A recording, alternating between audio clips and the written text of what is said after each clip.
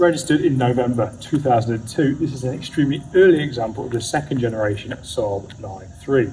So early in fact that the consensus from the ownership club is that this must have been a dealership demonstrator, and that there is enough of a reason to get the Saab nerd in me quite excited. So I thought, why not do a video on it, and that is exactly what we're going to do today. So I'm here to talk to George, who owns the car, about it, find out what he's got planned for it.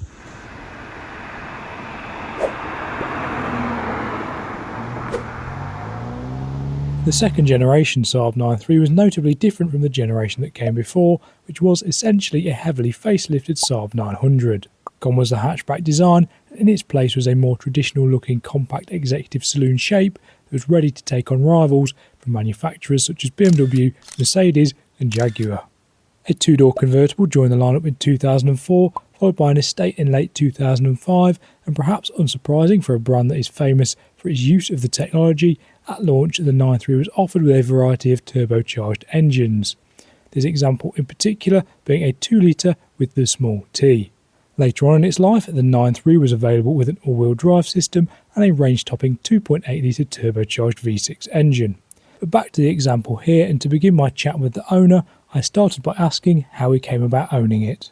I did have an E39 5 Series that I had, and it was doing 19 to the gallon, and I was driving an hour a day, and it was just really, it was very expensive to run. So I wanted to look for something else that was, still, old and special and cool, but just not as expensive to run, and maybe a bit more special, a bit more sporty.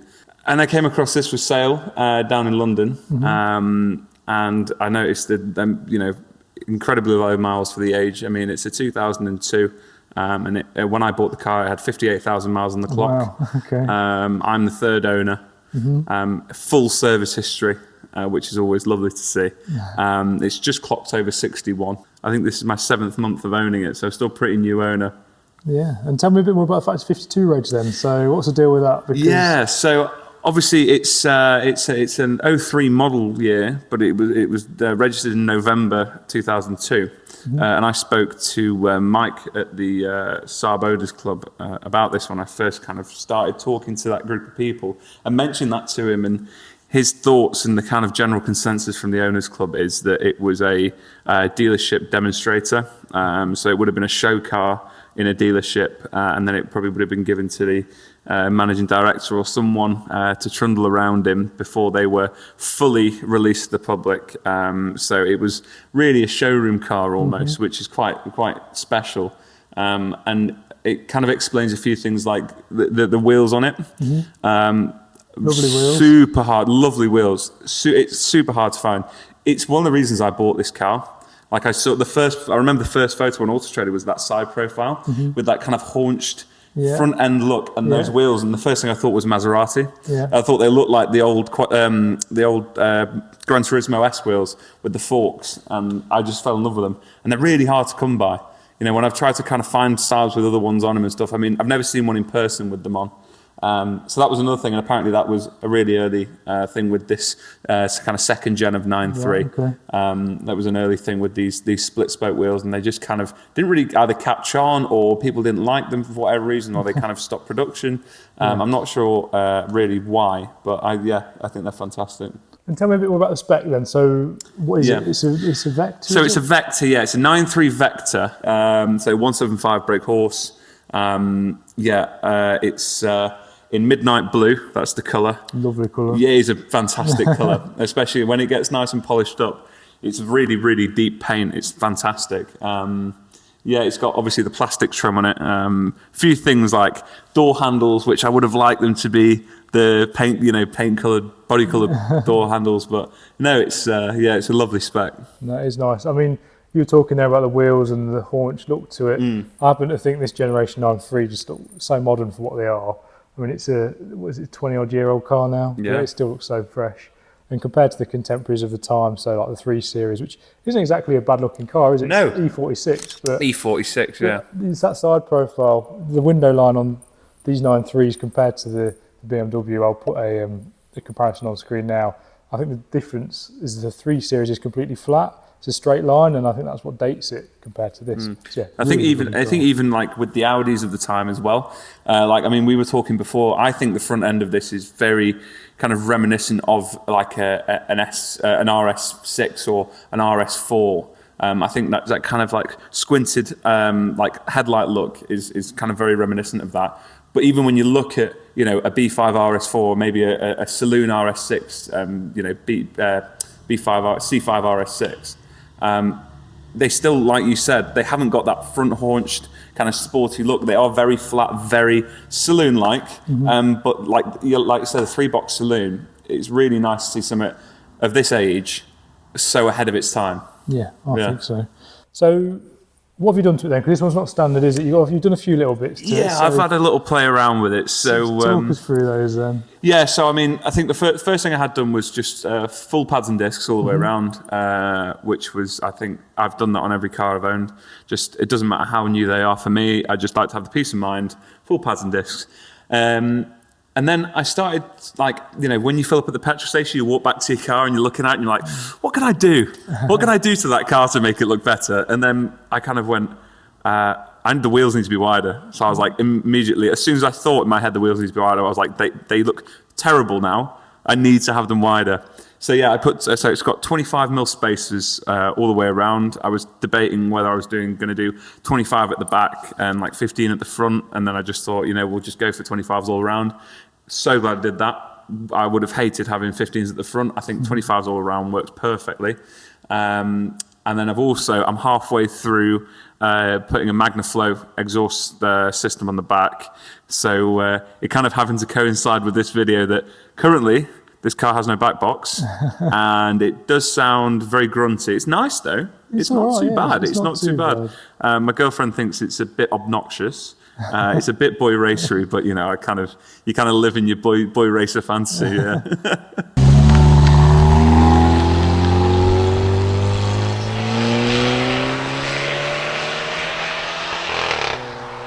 Nice. No, it does look good. So, what's next to it? What's next for it then? You've done a few bits to it. So you've got the interior hearse carbon fibre. What is it? Yeah. Yes. Yeah. Oh, yeah. That's some other things I've done. So I've had OEM Hirsch badges. So Hirsch are a company or were a company from Switzerland, and they would say the almost Saab's answer to Alpina. Let's say they didn't kind of build cars, but they would take Saabs and they would heavily modify them until they were incredibly fast. And OEM Hirsch parts are, you know, really nice things to try and find and collect because obviously they don't exist anymore. And so I got a new old stock Hirsch badge for the back, which was really nice. I've been looking for them for ages. So got an OEM Hirsch badge, and then I got a center console, carbon fiber center console from a Carbon Pack 9.3. And then I got a Hirsch badge because I really wanted the Hirsch center console, but the Hirsch carbon fiber center console was £800 used. Yeah. So I just swapped out a Carbon Pack, which is still exactly the same, and they just put a little Hirsch badge on it, so it looks like it, but it's not. But yeah, it has a bit more sportiness, and it makes the interior, I think, brings that whole center console together. Instead of having the silver bit break it up, it's just black, then carbon fiber, then black. I think it looks smart. But yeah, for you asked what's next. Definitely what's next is wheel refurb. These are, I don't know if the previous owner had decent prescriptions or if they were they're a bit chewed up. They are a bit chewed up. Yeah, I don't know what they were doing, but yeah, luckily the Michelin pilots aren't screwed up, but yeah, the wheels are definitely next to be refurbed, and then I know we spoke previously about doing an anthracite grey, almost like an Audi RS grey. Yeah, he sent me a colour, and there was loads of brake dust on the wheels, and I asked him if he'd had them repainted, but he hadn't. They just needed a clean. Yeah, they did just need a clean, but they did look brilliant in that colour. That's the thing. It made me realise, like, maybe I need to do the wheels next. And is there anything else with full service you were saying? Yes, of course, yeah. So I'm going to get a full service done. So this Saab specialist, local Saab specialist, and I'm just going to send it in for a week, like a week spa holiday for it, and just do everything you can to it. I want, the full works done on it, and I just want it to kind of, continue running. I mean, like I said, it's only 62,000 miles. I want it to get to way over 250. I want to be running this when I'm 50 years old. So, you know, I want to get this, you know, back up to its former glory, even though it is in very good condition. I just want it to be the best it can be. Awesome. George, thank you very much. No worries. Thank you.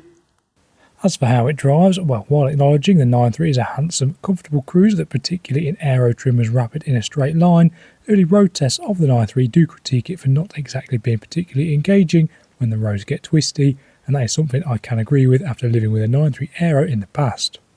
But back to the example here.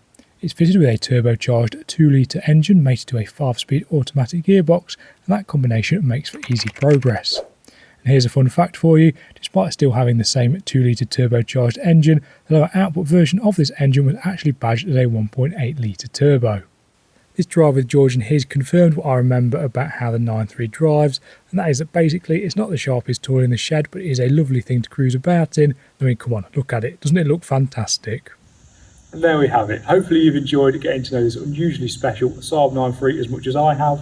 I know it's not exactly a one-of-one piece of exotic metal, but I still like its little claim to fame, and I think it deserved a video on its own. I just want to say thank you to George, the owner, for letting me come down today, and thank you to you for watching. Hopefully you've enjoyed it, and if you did, please remember to like, comment and subscribe, and I'll see you in the next video.